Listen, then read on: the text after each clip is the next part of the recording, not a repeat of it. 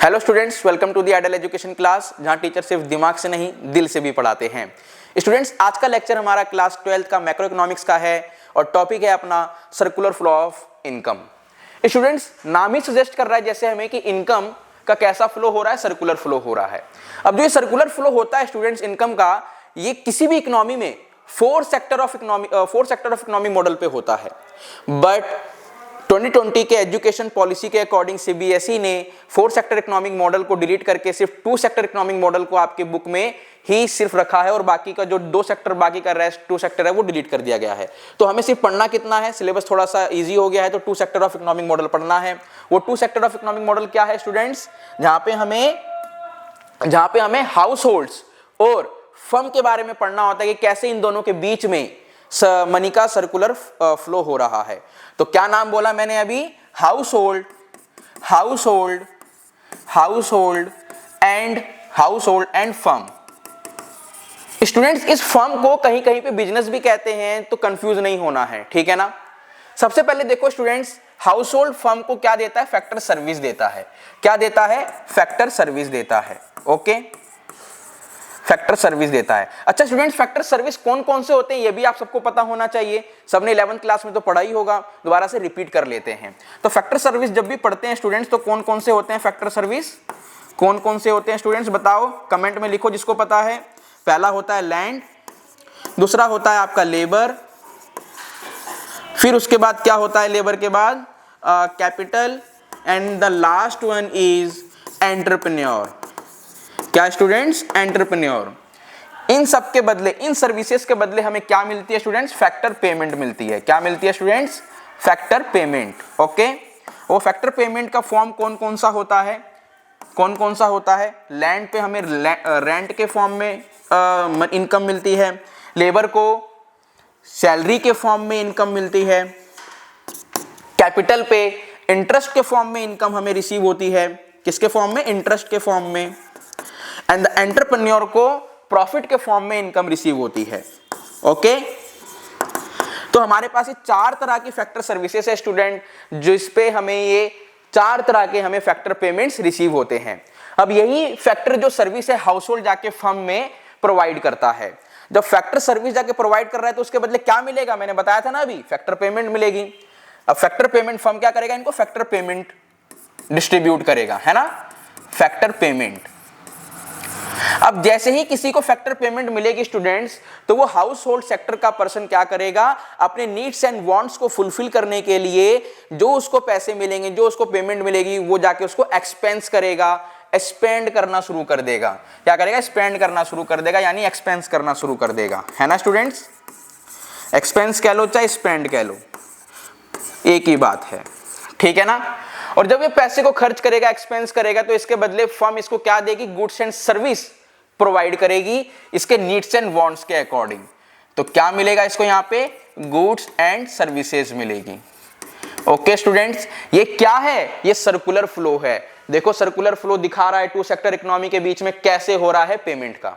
Okay students, अच्छा जब हमने ये सर्कुलर फॉर्म क्रिएट किया हाउस होल्ड और फर्म के बीच में, तो यहीं पे हमारे 2 चीजें आ गई।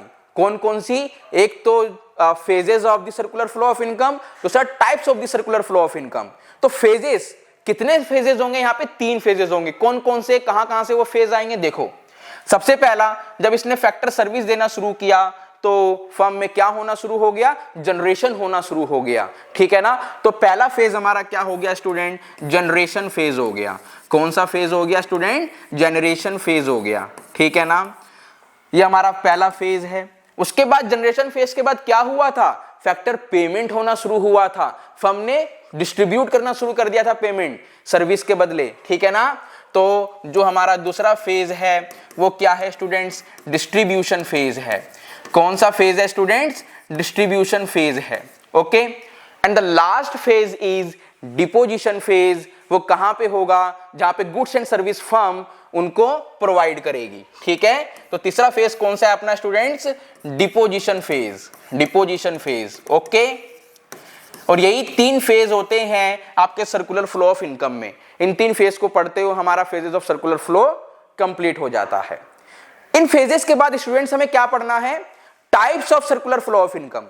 क्या पढ़ रहे हैं students? Types of circular flow of income. Types of circular flow of income. तो कितने तरह के टाइप्स होते हैं सर्कुलर फ्लो ऑफ इनकम में? दो तरह के होते हैं। एक होता है स्टूडेंट्स रियल, दूसरा होता है स्टूडेंट्स नॉमिनल। एक होता है रियल, दूसरा होता है नॉमिनल। हाँ ठीक है स्टूडेंट्स, जब भी हम रियल के बारे में बात करते हैं स्टूडेंट्स, रियल में गुड्स एंड सर्विस कहां पर फ्लो हो रही है उसको हम आइडेंटिफाई करते हैं। और जब भी नॉमिनल में हम किस चीज को आइडेंटिफाई करते हैं? जहां पे मनी का फ्लो हो रहा है उसको आइडेंटिफाई करते हैं। तो मेरे सामने ये आपका सर्कुलर फॉर्म है इनकम का। तो बताओ देखकर कि कहां पे रियल फ्लो हो रहा है, यानी गुड्स एंड सर्विस कहां पर आपकी फ्लो हो रही है। मैं नेमिंग करता हूं A, B, C, D। जी जिसको पता है वो कमेंट में बताए स्टूडेंट्स, ओके। जिसको नहीं पता है वो बोर्ड पर देखे। तो हमारा रियल फ्लो कहां पर हो रहा है? एक गुड्स एंड सर्विस A पे हो रहा है और दूसरा फैक्टर सर्विस कहां? ये C पे हो रहा है। तो हमारा रियल में कौन कौन सा फ्लो है? A एंड C है ना, A एंड C।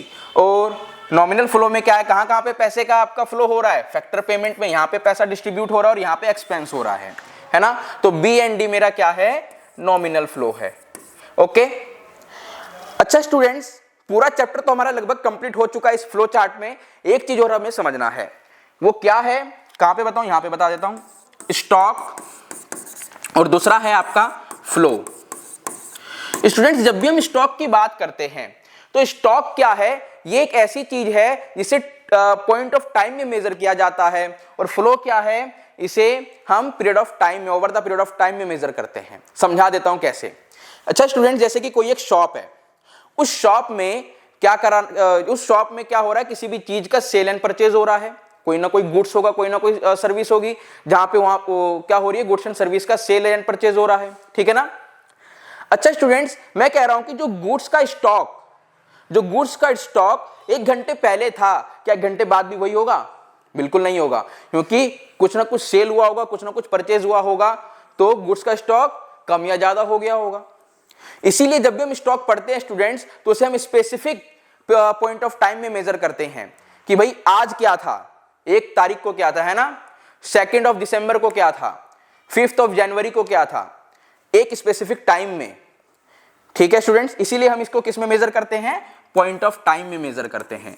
किसमें? पॉइंट ऑफ टाइम में, ओके। जब भी हम फ्लो पढ़ते हैं स्टूडेंट्स, फ्लो को हम over the period of time में मेजर करते हैं, क्योंकि ये क्या है स्टूडेंट्स? कंटिन्यूस प्रोसेस है। और कंटिन्यू प्रोसेस या तो आपका 1 दिन का पूरा, जैसे मैं कह रहा हूं कि भाई आपकी इनकम कितनी है, तो कैसे बताओगे? अपनी 1 दिन की इनकम बताओगे, या तो एक पूरे वीक की बताओगे, या तो पूरे 1 मंथ की बताओगे, या पूरे 1 साल की बताओगे। तो आपने कैसे बताया? मतलब कंटिन्यू वे में बताया ना, ऐसे तो नहीं बताया 1 घंटे की इनकम ये है, 2 घंटे की ये है। तो आपने जो इनकम को एक्सप्लेन किया, वो उस चीज को हम क्या कहते हैं? Over the period of time कहते हैं स्टूडेंट्स, ठीक है ना। किसमें एक्सप्लेनेशन करते हैं फ्लो को? Over the period of time, okay students. ये पूरा का पूरा इस चैप्टर का एक फ्लो चार्ट है, इसका आप स्क्रीनशॉट ले लो। इसी में पूरा चैप्टर क्या है आपका?